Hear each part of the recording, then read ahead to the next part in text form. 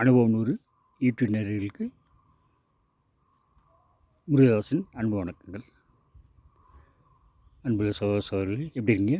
நல்லா இருக்கீங்களா? நிகழ்ச்சி போங்களா? இன்றைய நிகழ்ச்சியில் நம்ம பார்க்க போகிறது காரில் பயணம் செய்யும்போது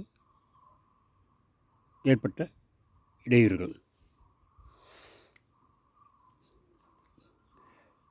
ஒரு சில நிகழ்ச்சிகளை மட்டும் தொகுத்து வழங்குகிறேன் இந்த எபிசோடில். முதல் எபிசோடு கோவிலில் ஒரு மில்லில் சீனியர் மேனேஜராக வேலை பார்த்துருந்தேன். அப்போது ஒரு சக அதிகாரிக்கு நாகர்கோவிலில் கல்யாணங்க. நாங்கள் சக அதிகாரிகள் சக சீனியர் மேனேஜர்கள் ஒரு 6-7 பேர் கம்பெனி ஜீப்பில் நாகர்கோவிலுக்கு கல்யாணத்துக்கு கிளம்புற மாதிரி ஒரு ஐடியா. சரின்ட்டு சாயந்தரம் 8 மணிக்கு எல்லாம் ஒரு இடத்துல கூடி மேலே ஜீப்பில் பயணம் பண்ணிட்டு இருக்கும்போது தாராபுரத்தை டீ சாப்பிட்ணுன்னு தோணுச்சு. சரிட்டு டீ இறங்கி எல்லோரும் டீ சாப்பிடும்போது அந்த கேப்பில் டிரைவரு 4 டயர்லேயும் எல்லாம் ஏர்லாம் கரெக்டாக இருக்கா அப்படியே செக் பண்ணிட்டு வந்தாருங்க. அதில் பார்த்திங்கன்னா ஃப்ரண்ட்டு பக்கம் right hand side tyre rim சூடாக இருந்தது. மற்ற நாளும் கூலாக இருந்துச்சு, அது மட்டும் சூடாக இருந்துச்சு. அப்படின்னா நல்லா பிரேக் டைட்டாக இருக்குன்னு அர்த்தம். பார்த்தா இந்த தாராபுரத்தில் அந்த பைபாஸில் ரிப்பேர் பண்ணுறது யாரும் இல்லைங்க. அப்புறம் நான் ஒரு சஜஸ்ட் பண்ண அவருக்கு, எனக்கு சொந்த ஊர் திண்டுக்கல் பைபாஸில் ஒர்க் ஷாப்லாம் நிறையா இருக்குது. அங்கெல்லாம் நைட்டில் நிறைய வேலை பார்ப்பாங்க. 4 வீலர் வேலை, பஸ்ஸு, வேனு எல்லாம் வேலை பார்ப்பாங்க. ஸோ அங்கே போய் பார்த்துக்கலாம் அப்படிங்கிற ஒரு ஐடியா. சரின்ட்டு தாராபுரத்து அப்படியே மெல்ல ஓட்டிகிட்டு வந்தாருங்க. ஓட்டி திண்டுக்கல் பைபாஸ் வந்தாச்சு. திண்டுக்கல் பைபாஸில் அந்த அதிகாரெல்லாம் கீழே இறக்கிட்டு நானும் டிரைவர் மட்டும் போய் ஏறி திண்டுக்கல்லில் ஒவ்வொரு ஷெட்டாக போய் பார்த்தோம். நிறைய ஷெட்டு மூடி இருந்தது. அதில் ஒரே ஒரு ஷெட்டில் மெக்கானிக் ஒரு பாடி ஒர்க் பண்ணிட்டு இருந்தார். அங்கே போய் இந்த மாதிரி சூடாக இருக்குது அப்படின்ட்டு சொன்னோம். அவர் சார் அந்த மெக்கானிக்கெல்லாம் வெளியே போயிட்டாங்க, காலையில் வருவாங்க. ஒன்று என்ன பண்ணுறேன், அந்த பர்டிகுலர் வீலோட பிரேக்கை லூஸ் பண்ணி கொடுத்துட்றேன். நீங்கள் அப்படியே சமாளித்து நாகர்கோவில் முறை ஓட்டி போயிடுங்க. திரும்பி கோயம்புத்தூர் போயிட்டு உங்கள் வழக்கமாக கொடுக்குற ஒர்க் ஷாப்பில் சர்வீஸ் பண்ணிங்க, உங்கள் தோல் போல் செய்யுங்க அப்படின்னாரு. சரிங்க அப்படின்ட்டு அந்த ஃப்ரண்ட் வீல் ரைட்டில் உள்ள ஒரு வீலுக்கு மட்டும் பிரேக்கை லூஸ் பண்ணி கொடுத்தாரு.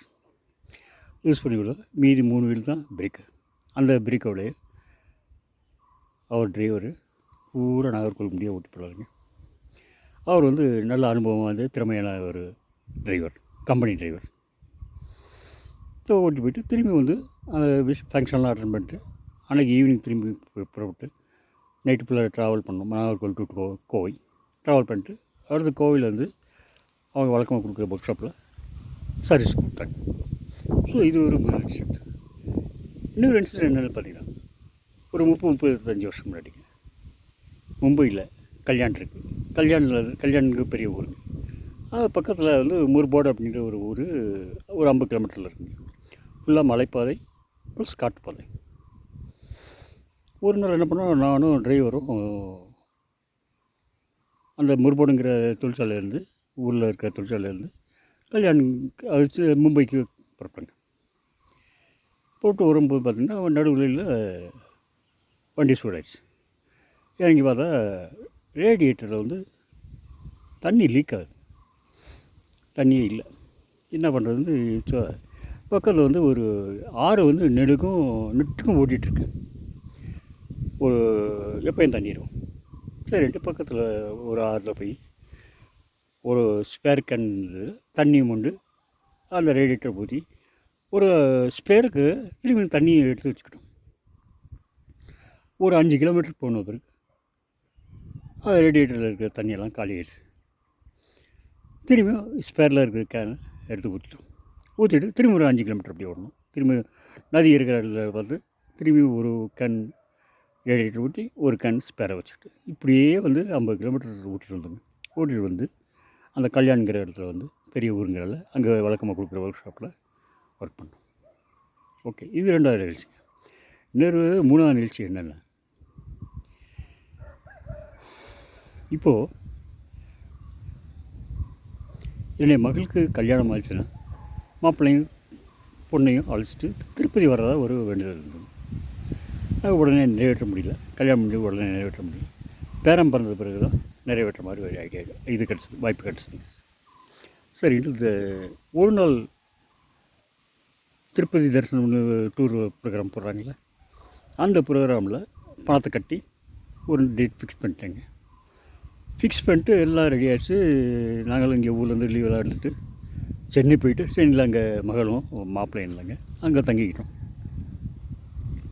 அடுத்த நாள் காலையில் புறப்படணும்னா முதல் நாள் காலையில் வந்து அந்த டூரிஸ்ட் ஆஃபீஸ்லேருந்து போஸ்ட் பண்ணி சொல்கிறாங்க, நாளைக்கு எது விஐபி தரிசனம் யாரோ வர்றாங்களா, ஆந்திர பிரதேஷ் மினிஸ்டர் யாரோ வர்றாங்களா, அதனால் வந்து நம்ம பண்ணுற தரிசனம் ரத்தாயிடுச்சுங்க, நீங்கள் வந்து பணத்தை வந்து உங்களுக்கு வாபஸ் பண்ணுறோம் அப்படின்ட்டாங்க. என்னடா இது இவ்வளோ புரோகிராம் பண்ணி முடியலையே அப்படின்ட்டு ஒரே கவலையாக இருந்துச்சு. மாப்பிள்ளை பார்த்துருந்தவர், ஒன்றும் வருத்தப்படாதீங்கம்மா, நம்மளை கார் ஓட்டிட்டு போயிடலாம் அப்படின்ட்டார். சரின்னு பார்த்தா அன்றைக்கின்னு சென்னையில் ஒரே மழைங்க. எல்லாம் குவார்டர்ஸ் ஃபுல்லாக மழையாக தண்ணி நிற்கிது. அந்த தண்ணியிலேயே அப்படியே புறப்பட்டோங்க. ஒரு 9:30 மணி போல் புறப்பட்டோம். நான், மகள், மாப்பிள்ளை, பேரன், பையன், என்னுடைய மனைவி. காலைல புறப்படும் திண்டுக்கல் இது சென்னை இது தாண்டமே அவுட்ரு தாண்டமே மழை காணுங்க, மழை இல்லை. அப்படியே திருப்பதி போய்ட்டோம். நைட்டு 2 மணிக்கு போய்ட்டு அங்கே எடுத்து லாட்ஜில் ரூம் தங்கி அங்கே அந்த கரண்ட்டு புக்கிங்கில் போய்ட்டு தரிசனத்துக்கு டிக்கெட் புக் பண்ணிட்டு போய் தரிசனம்லாம் பண்ணிட்டோம். ஓகே, பண்ணிவிட்டு முடிச்சுட்டு போகிறப்போ வெளியே திருப்பதி விட்டு வரும்போது நைட்டு 9 மணி இருக்குங்க. நானும் மாப்பிள்ளையும் தவிர மீதி எல்லாம் உறங்கிட்டாங்க, பேக் சைட்டில் உறங்கிட்டாங்க.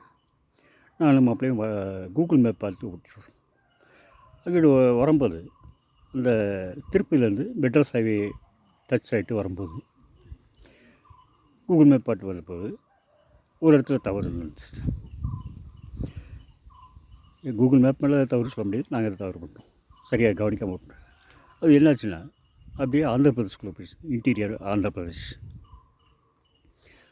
போனது வந்து 4 ரோடுங்கிறது 2 ரோடு ஆயிடுச்சு. 2 ரோடு வந்து சிங்கிள் ரோடு ஆயிடுச்சு. சிங்கிள் ரோடு வந்து மண் ரோடு ஆயிடுச்சு. அங்கே பார்த்தா பெரிய குவாரி, கல் குவாரின்னு.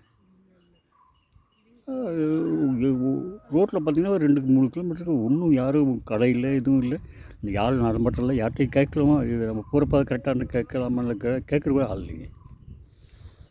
அப்புறம் வந்து ஒரு வழியாக அதெல்லாம் நிலத்து போடணும். பயம் எல்லாமே வந்து வீட்டு காரில் வந்து லேடிஸ் இருக்காங்க, என்னோடய மகளும் மனைவி இருக்காங்க, ப்ளஸ் வந்து நகை எல்லாம் இருக்குது, சேஃப்டி இருக்குது. ஸோ அப்படியே போயிட்டு இருக்கும்போது ஒரு இடத்துல வந்து தமிழ்நாடு உங்களை வரவேற்கிறது அப்படின்னு தமிழ்நாடு இல்லை போஸ்ட் பார்த்தோம். அந்த தமிழில் எழுதின தமிழ்நாடு இல்லை அப்படி போஸ்ட் பார்த்தோன்னா மீண்டும் உயிர் வந்துச்சுங்க. அப்படியே போனால் அது வந்து ஆவடி தாண்டி வேலூர் போகிற வழியில் வந்து ஜாயிண்ட் ஆகிடுச்சு. அப்புறம் அங்கே வந்து சென்னை வந்து சேர்ந்தாங்க. இது வந்து இன்னொரு இன்சிடென்ட்ங்க.